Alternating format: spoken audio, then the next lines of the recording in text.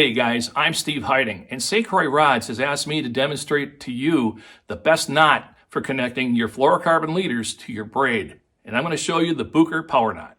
In my left hand, I have a 130-pound test stealth fluorocarbon leader. In my right hand is the looped end of 100-pound test braid. It's doubled up at this point. And I feed that doubled up end through the swivel. And I like to keep a couple fingers in the loop that I just made, and then go around the main line 6 or 8 times, and then pull my fingers out, and then I feed the doubled up line through that loop. Now at this point, I basically have a double clinch, and I like to pull that open, and then take the snap end of the stealth leader and feed it through.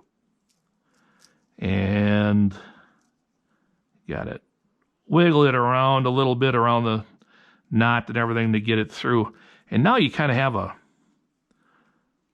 big snarly mess. It looks like this. And what you've got to do is wet it and then draw it up slowly. Nice and slow is the key. And as the loops start to bunch up a little bit, you pull them back and then you slide it forward. And now you have a Bucher power knot. You can fight the biggest of muskies, and this knot will not fail. I'm Steve Heiting, and thanks for watching.